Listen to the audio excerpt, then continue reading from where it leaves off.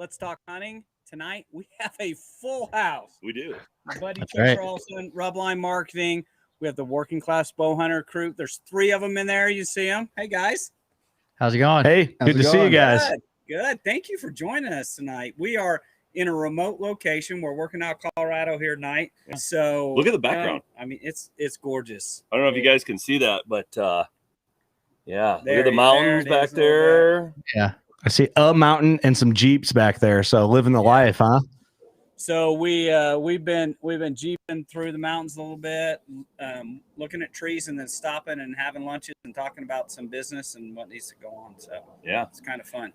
Can we get one thing out of the way and just say happy birthday to Dan? Yeah. Happy birthday. Happy birthday. So that is part of it. It's my birthday, so there are 3 or 4 people. Brought some people out to see us. And, 3 or 4 couples. Three or 4 couples. Yeah. And we've had a really good time. So That's thank awesome. you very much. Happy birthday, man. Thanks. Been a good time. It feels good to be 28. I'm just saying. He was, yeah. You're So looking I good. got to tell you guys, like, and Curt, you'll appreciate this because you were just out west. But so we were coming down off the mountain pass. I think it was Tuesday, and I'm not kidding you. I bet we counted 85 mule deer. Oh yeah. 100 mule deer. It was insane. And they're just chilling, like they see Jeeps all the time off-roading. Yeah. So it's not like That was this awesome. hunting, as you know, but we're like 10 yards Yeah. from the mule deer. I think the And mule good deer luck. that I was hunting, Chase, I don't know if they've ever seen a Jeep in their lifetime. So, Right. but They probably never seen anything walk on 2 legs. Let's be honest. it was out there a little ways. Yeah. Did you take in, or did you take ATVs or horses? What were you? Tell us we about w- that. we went up and did a drop camp. So we went back in, did a drop camp at elevation. It was like 10.4 roughly. And then we got there. So I got to Wyoming a couple of days early to get acclimated as much as possible. But we got up there the day before season opened and set up like 3 single man tents. It was me, my buddy Clint Casper, my buddy Devin Leonard. We set up and just basically scouted the day before, found some bucks, and then basically made our move there the next morning once season opened September 1st and got after it. And so, how many have you killed and when? Was it pretty quick, or? I killed the second day of season, September 2nd, on the second afternoon, but it felt like I had already hunted 2 weeks before that just because the terrain was so brutal. The elevation wrecked me. I got to be completely honest. You can't work out for that, especially with the dad bods we have and the focus that you have to do to go do that. It's crazy. Well, it was weird because like my body felt good. Like I felt great. Like my legs I felt energized there, like muscle wise, but like fuel tank wise, it was such a frustrating feeling because I kept telling, because the guys I went with were used to it. And, we get to hiking around. I'm like, this is so frustrating because I can do it, but I have no gas to get there. So, and what I learned was Totally different. Yeah, totally different. way different. And so I was like, listen, because I'm having the hardest time here, you guys just follow me, let me set the pace, and then we'll just get there. And that made a 180 turnaround on my hunt. It really did. I think Eric Doug, when you guys were out to my cabin down there in Southern Iowa, I think we got talking about Alaska, where it was the same story. Like I trained and trained and trained. I dropped all this weight and I thought I was prepared for everything. And then you get out there and frankly, I was having I had my butt kicked by a 63-year-old guy. Right. Right. I don't think there's any training you can do to prepare yourself for that. No, not for the guys that live there and do it every day. They're no oxygen. That's Yeah. a problem. They're a marvel. Their bodies are used to it and they're just machines. You got to throw your hats off to the ones that do it every day. Yeah, not for me. It's for me a few times a year, like I'll do it. But I mean, until you get used to it, it's just, but it's also like a cool experience. If it wasn't as brutal to do and just kind of sucky in the moment, it wouldn't be near as fun afterwards when you talk about it. You know what I mean? Yeah. Speaking of talk about, look at their new studio. Oh my goodness. Yeah, I know it. They keep inviting us to come up there and do that. I think, is that a bourbon room in back? Beer room? What is that? We have, it's a green room because it's a studio. So we have a green room, but simply put, if you ask anybody else, it's a bar. Yeah, it's a bar. Yeah. Okay. That's fair. It's awesome. I mean, it looks great, guys. Yeah. So tell us what else is going on, because you guys, it feels like you just blown up this year. I mean, Well, thank you. We bought the studio and it was a hair salon. We completely revamped it into kind of like a hunting podcast. Fantasy Factory is kind of what we're starting to call it. But yeah, then we also have a new series called Working Class on Deercast with Drury Outdoors. That's it launches on Deercast first. That's its main home. It's a video podcast there, and we're looking forward to it's launching twice a week from now until the end of the year. And then starting in 22, it'll launch every single week. And we're looking forward to interacting with the Deercast family there. So if someone's not on Deercast already, we recommend you get there and interact with us, because that's where we're kind of go to first for like listener interaction and topics and stuff like that. And then it's also on the Drury Outdoors YouTube, and the audio only will launch after it launches on those platforms on our normal podcast feed. So we're pretty dang excited about it. Nice. That's incredible. I mean, you guys have been around 5 years, 6.5. Yep, we're going on 7. Yeah, and now you're with the biggest team doing the biggest shows ever. Yeah, it's pretty cool because it's mind blowing to just say that we're at this point right now. Right. Well, we all grew up on Drury Outdoors DVDs and stuff, and then now to kind of be a part of that team and be on their platform that I know they've worked so hard for, and then to kind of approach us to be on it as well and produce content for it. It's a dream come true, to be honest. It's awesome. Yeah, it is. And let's be honest, we got to thank Dan, because he's been there since year 2, 3. Yeah, I mean, maybe before that. Pretty early. Pretty early. We were team members when we launched this deal in 2016. Yeah. Right? Yeah, honestly, it does, because we started our first episode launched March of 2015. Yep. Like March 2nd or something like that. So thanks, Dan, for giving us a chance and sticking with us. Hey, you guys are awesome, and what you do is terrific, and we've had a lot of fun doing those shows at ATA. I'm looking forward to getting back after a couple of years here and doing all that stuff together. So yeah, definitely. And like we said earlier, we need to get you guys here and actually get the real Working Class Bowhunter like studio experience that we can finally provide to guests, So, and we have a place for guests to stay and entertain and all that. So. What? Oh, it's a whole. We got everything here. 5-star. You have a lodge? It's a 5-star lodge? Yeah, 5 stars. Yeah. You can look up our Yelp reviews. They're pretty good. So I love it. We'll have to write one after this. Yeah, there is no Yelp reviews. Get on that, Eric. I'm trying to make sure I keep an eye on. We're trying to check comments here a little bit, but I know you guys, you get to interact and do it all the time, but if some guys have some questions here, we might break in and ask you. Absolutely. And you guys that are tuning in, I mean, do ask questions. Like, it's fun because as long as we've been hanging out with the Working Class Bowhunter guys, we've had a lot of fun stories. Like, we got ATA stories of crushing it in the room and having a lot of fun podcasts in there. You guys came down to Rubline. You've had Dan on several times. Like, I mean, it's been we've had a lot of cool times. There's so one time at ATA when we were because the one time, just one time. Well, I was gonna get so I think we set a record. We recorded in the outdoor podcast industry. We recorded 17 podcasts in 2 days in the Rubline marketing room at ATA one year. Insane. It's crazy. I don't know if it's a record. I just made that up, but it feels like it wasn't. And it wasn't just anybody too. It was. You had stars. It was the Drurys and Waddell and I mean all Aaron Lewis and all these guys. We should got a gold moose for that or something, right? Yeah. Let's make our own award. I saw maybe just joined. He said, "What's up, boys?" So, hey, keep sending us the killing of the pig pics. Maybe down in Texas. You can scroll up, don't you? I love that stuff. You're going the wrong way. Yeah. Oh, my bad. Go. And let's see. Got to crush that stale beer. Yes, for sure. Sand Crusher Cakes care of stale beer. They're still drinking, but it's not Bush anymore. Actually, this is a good one. I'm going to have the guys from Working Class answer this question. Yeah. So Bob Harworth said, any tips for hunting public land where trail cameras are not allowed?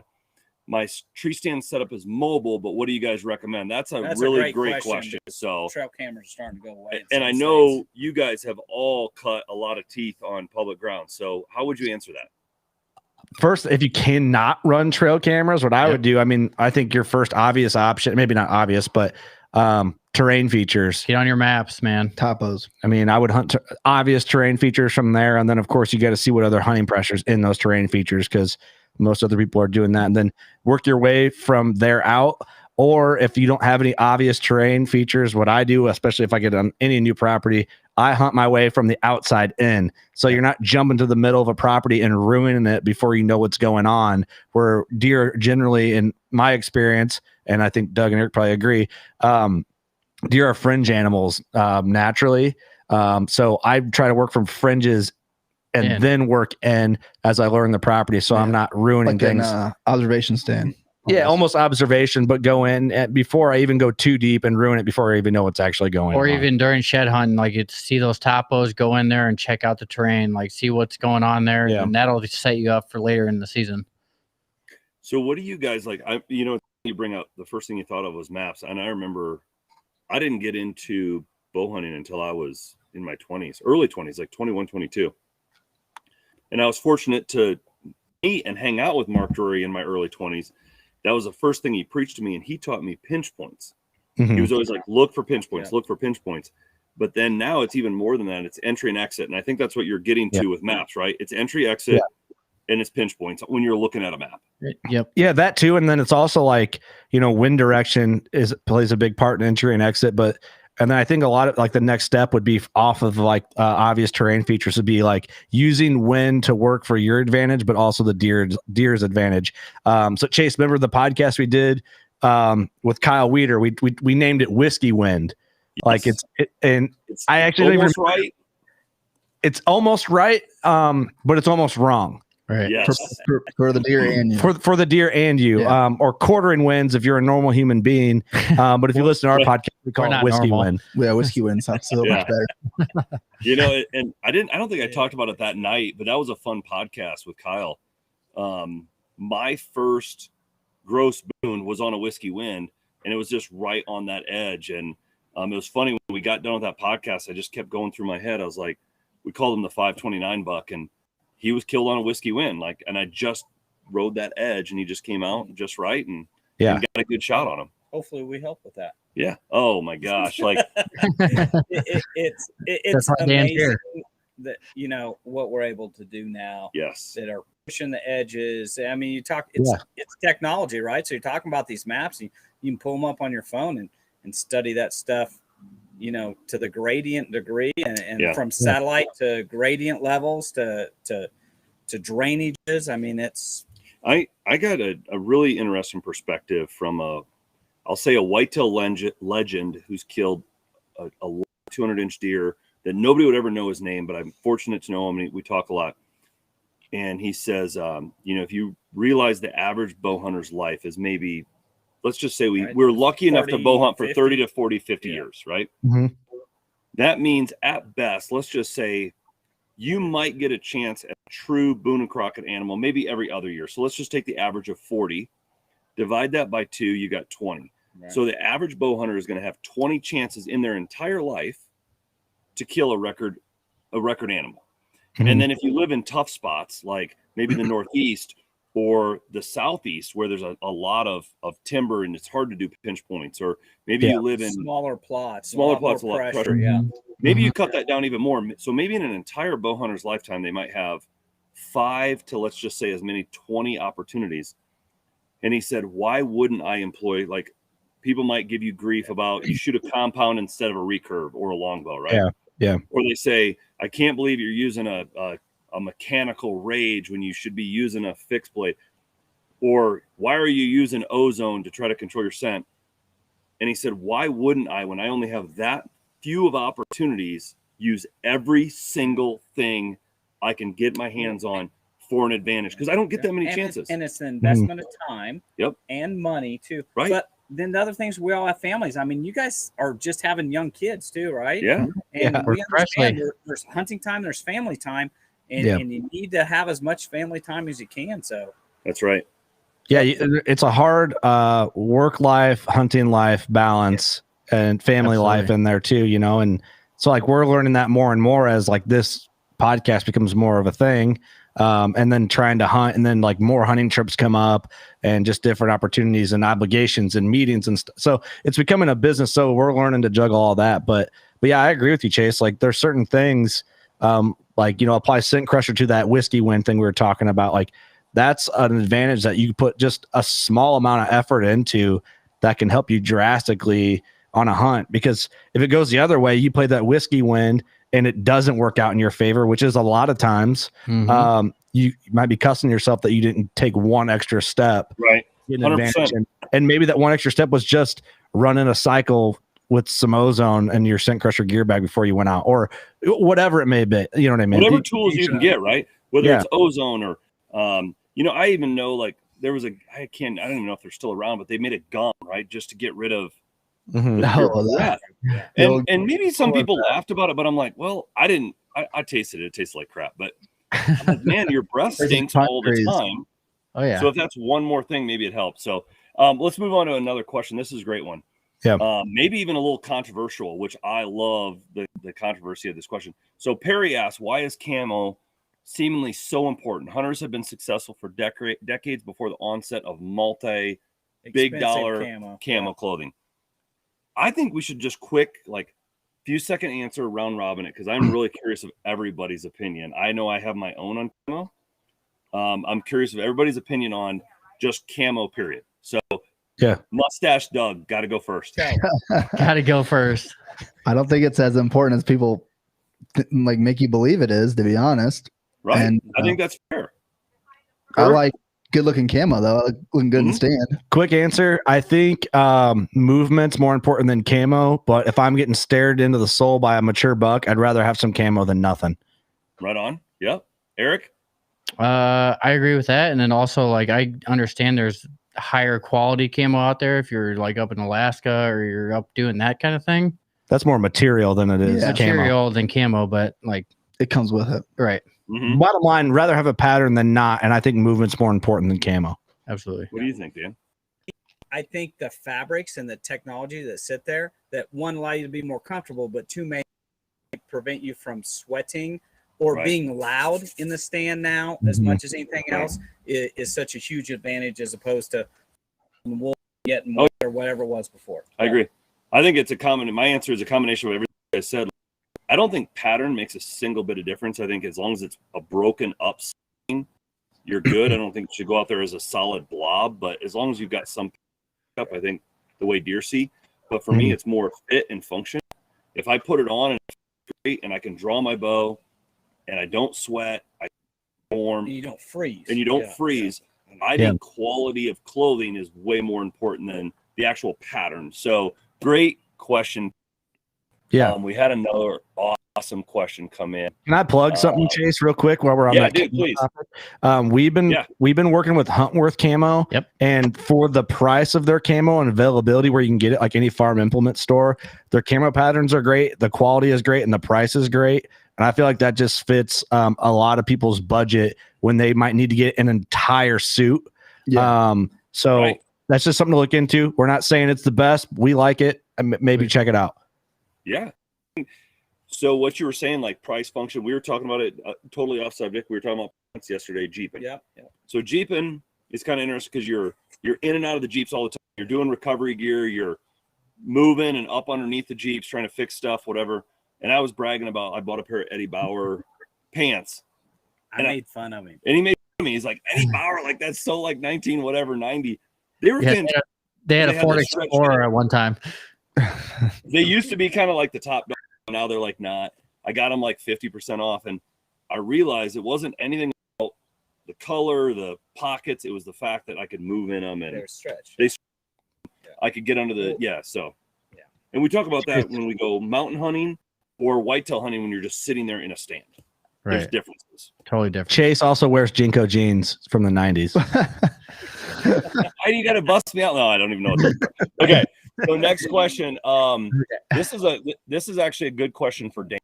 So Benjamin said, people always say rain washes away scent, but if you talk to a guy with a tracking dog, they say it's easier to track in a rain job. So does it wash away or does it make it more obvious? So I think the question really is you're in the ozone game. What does rain do from a scent factor especially when you're using or not using ozone? So rain, I don't want to go into crazy, chemistry of it, but ozone is more effective in humidity and rain, which is, the new supercharged Scent Crusher Plus we have. Right. We mix humidity in with the ozone, supercharges it to make it work faster. Right. So once you get humidity, at least for us, we're able to kill the scent and bacteria molecules. And I think that's the secret for us. And as far as a dog and deer tracker, I'm not sure how, to answer that. Why? But I think what it is also because that same thing sticks around. So the same reason why, if you figure out how to eliminate it in humidity, it's more powerful, because that humidity also traps scent. So you have to use it to your advantage to kill it. Yeah. So that's a great question. Yeah, it is. And by the way, I love hunting in the rain, especially that. Yes, if you can get rain to stop and you're like, oh my God, here they all come, right? Yes. If you're seeing that rain's gonna stop in the afternoon, your ass better be in that stand. Yes. Yeah. Hey, look who jumped in. Frank Pullen from Iowa. Iowa, buddy. We miss you. He's all. We did a hunt with Frank. We did. Iowa boys. Yeah, a few years ago. Frank's awesome. We missed you, Frank. We were actually talking about you today. Good luck at H&H Trailers. This is a great question. David Todd asks, when public land has been logged, what's your strategy to hunt it? Oh, yeah. And do you hunt it after 3 years, 4 years? Do you hunt the edges or try to sneak in? You talked a little bit about deeper if the wind is good. But that's a great question because it happens. I'll be honest. I'll take the forefront. I've never logged public land. And so I'm not even going to act like I know the answer to that. I haven't either. I actually learned about it when I was turkey hunting. So it's the first time for me. Here's what I'll tell you. My opinion is if they piled up the brush, if they piled up the tops, get your butt in there and hunt it, because mature deer especially are going to love hanging out in those tops because they feel safe and secure and it becomes instant bedding for them. If the logging, especially on public, cleared all that out, good luck. I mean, it's going to be tough. This is blank canvas. Like a football field. Yeah. I haven't hunted it, but I do stuff in my own habitat with burning and stuff, even underbrush. And I think you end up with all that new growth that they can feed on and hide in too, in maybe a little thicker cover than you had before. Grant Woods talks a lot about burning your land every year, growth and some of that stuff with it. Yeah. So, okay, real quick, Chris, by the way, yes, that gum was horrible. Thanks for chiming in. It was terrible. It was. Mike said I remember that gum. Okay, Randy had a great question. Favorite scent product, really quick, rapid fire around the room. I'm going to go first on this one. By far, my favorite scent crusher product is probably the Covert Closet. Because I also pheasant hunt. I like to upland bird hunt. I still use my scent crusher and I dry my clothes out with it, and I have fresh socks every morning. So it's a dual thing for me when I'm bird hunting or I'm whitetail hunting. I like the Covert Closet. Doug, you? Roller bag, 100%. Roller bag. Curt? Roller bag or gear bag, no questions asked. Favorite. Eric? Gear bag or room clean. I use that room clean about every goddamn day. Yes. You got a kid now. I got a kid, so you get them stinky diapers. You just hit that little button. We have a room clean right here. Yeah. It's funny. I've got a board in my office, and it's all these crazy things I have on there from scrubs to clean to dog gear, blah blah blah. One of them is a baby diaper pail. You may see a scent crusher baby diaper pail one of these days. Honestly, Dan, we have this thing in our nursery now that you throw the diapers in. I'm going to try and rig up. It's awful. Yeah. It's the diaper genie is what it's called. Yeah. I'm about to put the hose inside that thing. Okay, I got a one-upper on that one, and I'm sorry, Eric, but they all have new kids, so this is awesome. Yeah. So except for me, my wife is adamant that we cloth diaper. We cloth diaper with my daughter. We're cloth diaper and with my son. We did it. Everyone said we wouldn't do it. We're doing it. Ozone has never been more useful until you cloth diaper, and then all those diapers that you put in, that stink doesn't go anywhere because you throw it in the washer and then you got to deal with it. I mean, it's clean after that, but that doesn't get thrown away. We save it all. But that's good. So yeah, room clean. Room clean is number one in my household right now. Yeah. Okay, so Mine is you go to the warehouse and can pick anything you want. anything. I tell you what, because of the background, what I know, it's the Scent Crusher Plus. It's that supercharged ozone with the humidity that penetrates faster, deeper, quicker. And the reason I know it is because we've tested it against COVID and all that crazy stuff, but just because we know it works, and we're now doing it in the fire world. So I know how great it is. Yeah. So that's why it's pretty fantastic. Yeah. No doubt. Mine sits next to, it's in the same room as our cat's litter boxer in the summer. And now Mine is too right now. and now it's now going to be, litter box is on my board too. Yeah. Oh yeah. You need to do that for sure. Cause I'll buy 6 of them. You know what? I got a little like cell phone video from Mark Drury just like, I don't know, probably like a couple weeks ago. And he took he jerked the generator out of his Scent Crusher closet. He put the new Plus unit in there and he sent me this video and he turns his camera around. He's like running it and he turns around and he goes, this thing is insane. And it is. The Plus unit it's crazy. Do you guys have some of them? I can't remember. Yeah, we got them. Yep. Okay. They're nuts. Yeah, they're nuts. They're so powerful. Which speaking on that, hold on, there was a great question. I want to get to 2 of them really quick. I don't want to run out of time. Yeah. So let's see here. No, I'm not going to answer if Doug sticks his stash in a bag. What I was just reading. Yeah, I'm not going to leave that one alone. Maybe. This is a great question. John Anthony, he joined late and he said, I feel like ozone creates a smell, and is it detectable or not? Which is a great question because yes, you can smell ozone. But can I add to that question? Can I add something real quick, Chase? You answer it. Yeah, answer it. So we had this conversation on a podcast recently about smells that bring you back to like memories of your childhood growing up hunting. And for one guy, it might be diesel. One guy, it might be the smell of like the earth scent wafers or whatever. Plywood. And we were talking that nowadays the smell of ozone is going to be that smell for guys when they're older. And we just like now, like my kids are going to smell ozone and think hunting season. My kid's already smelled ozone. He's 2 weeks old. So I just wanted to say that before Dan takes over and actually explains about the smell, but that's going to be like the scent of a lot of up and coming hunters' childhood's hunting memories. Absolutely. Really, it's weird to think it's about. Funny that you say that about the memory, and that does tie into. I know what you're going to answer is the fact that we got to remember deer have been born into ozone since they were born. I mean, since they came out of the womb, because after every thunderstorm, guess what? You've got the smell of ozone. Those of us that live in the city or even in the country that maybe we just don't get out right after a rainstorm, we don't realize it. But animals that live in nature get it all the time. They get it all the time. It doesn't bother them. It's a natural smell. Yeah, it's a natural. That's why they will, and you'll see it. You notice they notice it's there. It doesn't bother them. Probably because it's more concentrated than generally they would have in nature, but it doesn't bother them. Right. And the chance that you've killed obviously all the other bacteria and scent that sits there. Yeah. So just a few more questions. This is a great one. Another one for Working Class. You guys answer this. Hence the name Working Class. And I know all of you guys do fit that. You're on a budget. You hunt your butts off. You're not booking extravagant, outfitters and stuff like that. So Garrett asked for a beginning hunter that's hunting on a budget. What Scent Crusher product do you pick? Shout out Garrett, good one too. That's a great question. I'll go first on this. I always recommend, like, my number one product for Scent Crusher, even when we talk about it on the podcast every week, is the gear bag.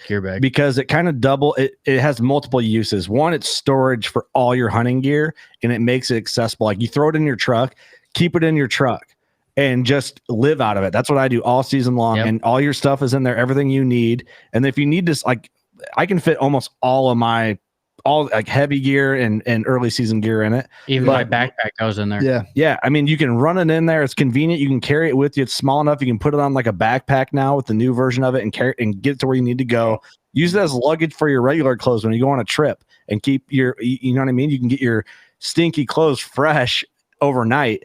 Gear bag is kind of just a no-brainer. That's what I use. I think that's the one, like, if you're on a budget and you're worried about where to put your money there because it's storage for your hunting gear and it can keep it scent free, and you're on the move with it. So that gear bag doesn't leave my truck from tomorrow opening day till January 10th. Agreed. Unless you got to charge it. Yep. You're like, it reminds me of my son Keegan. The gear bag is like in his truck 24 all the time. Whether it's his gym clothes, if he's fishing, like his hunting clothes during season or trapping, everything goes in that gear bag, and it's always in his truck, and it always has the 12-volt plug-in. Yeah. I don't know if he's ever run it in house. It seems like it's always hooked up to his truck. It's my gym clothes are in there too. It's this time of year when our customer service people are like, "Hey, I lost my plug for my truck. I need it tomorrow. I'm going to Iowa. Can you overnight it?" We're like, "You just got that message." Yeah, I got it. I still told you last night. That's when you just only $9, but it's going to be $40 to overnight. I don't care. That's fine. We're starting season, right? Well, that's the thing. If you upgraded and you went with the roller bag, you have the Halo series, and then it's chargeable. And that's what we bring on our hunts where we don't have access to power the whole time. Right. Well, did you grab your Halo when you were mule deer hunting out in the tent? I didn't bring it with me on the mountain, but I got it there. So at least I killed on the second day. So I like to think it carried in, but we took them on our bear hunt though. Our bear hunt is a little different. The bear hunt, we're back to camp every night, and we had it with, and there's no power in our tents because we're in canvas wall tents. But I think I got a whole new business venture. I'm telling you, because you love that backpack stuff just like I do. Yeah. When I went to Alaska 14 days, I brought a Halo and a portable charger. And I shoved him in my pack, and I weighed it out, and I was like, because it's pretty light, so I got away with it. Yeah. I could have charged anything I wanted to the guys in my tent just for a 10-minute cycle for their socks. You put it in your sleeping bag. I see. Everybody put their socks and underwear in their sleeping bag, and they ran it. Yes, I could have charged anything I wanted because it was so valuable. Everybody's stuff was so stanky. These guys are gonna start renting out Sun Crusher stuff. Chase just so many whiskey vouchers on that hunt when they got back to camp. So tell us what do you guys have planned for hunts the rest of the year? Eric, go ahead. I'm just whitetail hunting here in Iowa. That's all I got planned this fall. So yeah, same for me. So I'll be trying to chase some big whitetails. I'll be whitetail hunting in Illinois, and I think a little bit in Indiana. I got back from my Wyoming hunt, and then Austin and Ross just got back from Alaska on a moose hunt, and they both killed great moose. So kicking off the season for 21 for us is looking real bright. Yeah, going good. That's awesome. Yeah, you got good picks. You were talking a little bit about food plots and stuff. How's that all look now? Food plots are looking pretty good. We got army worms are hitting hard here in the Midwest for about everyone we've talked to. We had those in Wichita about 2 months ago. My food plots are not looking good because I was in that little section of Iowa where we didn't get rain for 4 months. So Eric, Doug, you guys were there when we were putting those food plots in? Yep. On my farm? Yep. They came up unreal.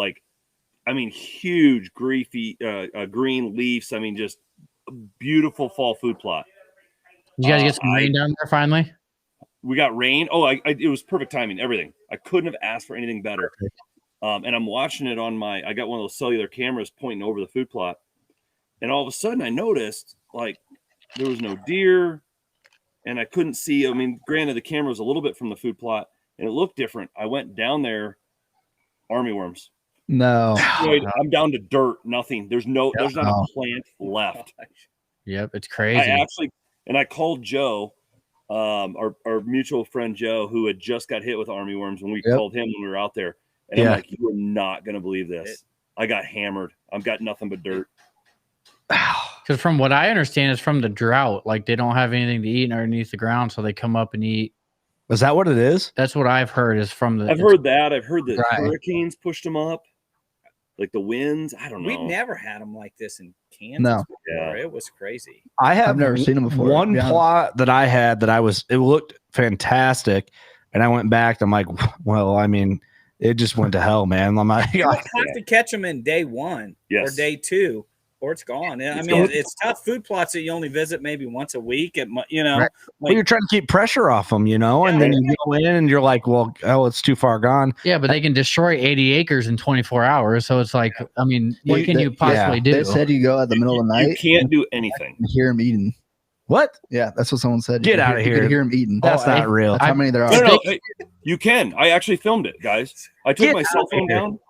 I swear to God, like I literally have footage of the worms coming up and on the last couple like green pieces of stem that I had, and I'll text it to you guys. Like You they're gotta think, eating it, and you can hear them eat. So I think with Joe, it was like 30 acres in 24 hours. If it's 30 Well, acres, you're gonna hear something. Okay, you're right. But That's insane. you just have to have Insane. liquid 7 on ready or something like that, right? I mean, I don't know what you do. Everybody So- I've talked to said hope and pray. That's it. They said they were in Wichita kind of in early August. I went out, looked, I found one, and then I went to buy some chemical, and it was gone. But I knew malathion would take care of it versus the granules that said they would do it. So I bought the last maybe 4 bottles there. I got on my 4-wheeler with my sprayer in my neighborhood. I don't have a very big yard. People were laughing at me until they couldn't get the spray company over there to take care of it themselves, you Yeah. know? Right. Yeah. Right.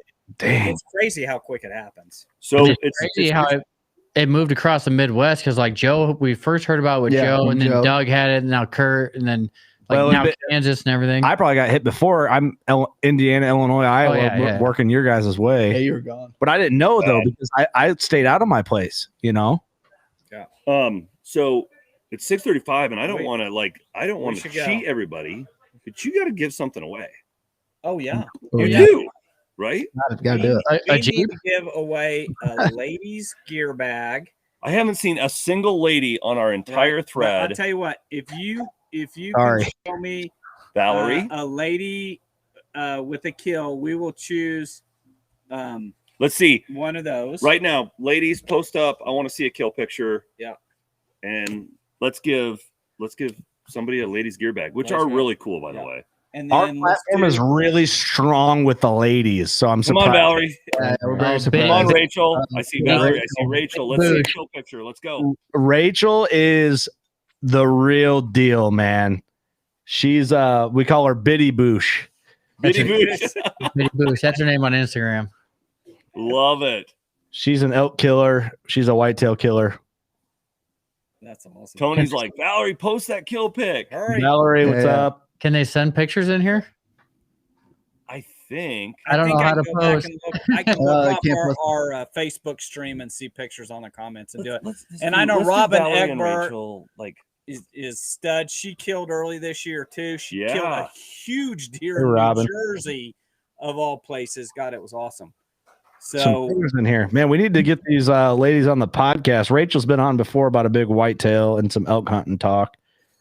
it's awesome. And then we need to give away something else. So I love the Scent Crusher Plus.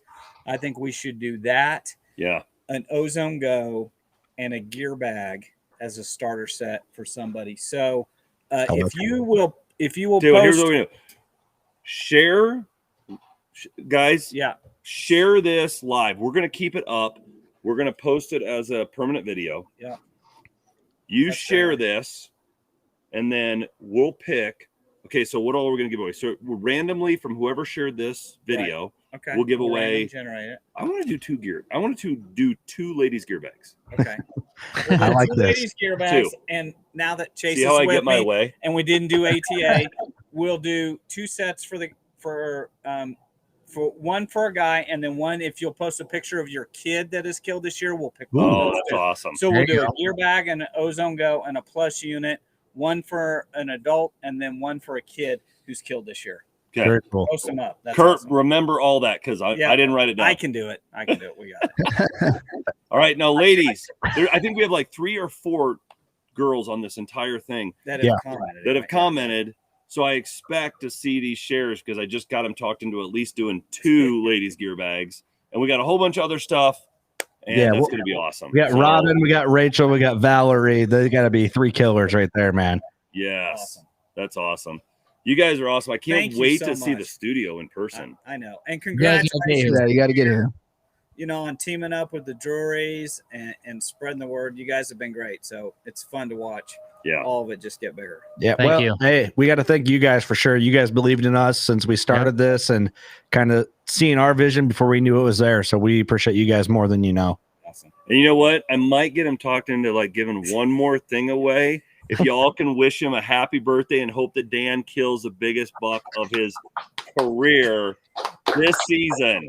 Happy birthday, Dan. Happy Let's birthday, do it. buddy. Happy Happy birthday. You birthday. got this. Had a great time. So, All right. Well, thank you guys for joining us on a Thursday. Have a great weekend. We'll Yeah, you guys have fun in Colorado. Thanks Yeah. for having us, man. Don't Appreciate too it. much fun. thanks, guys. See ya. Thanks everyone for tuning in. Appreciate you.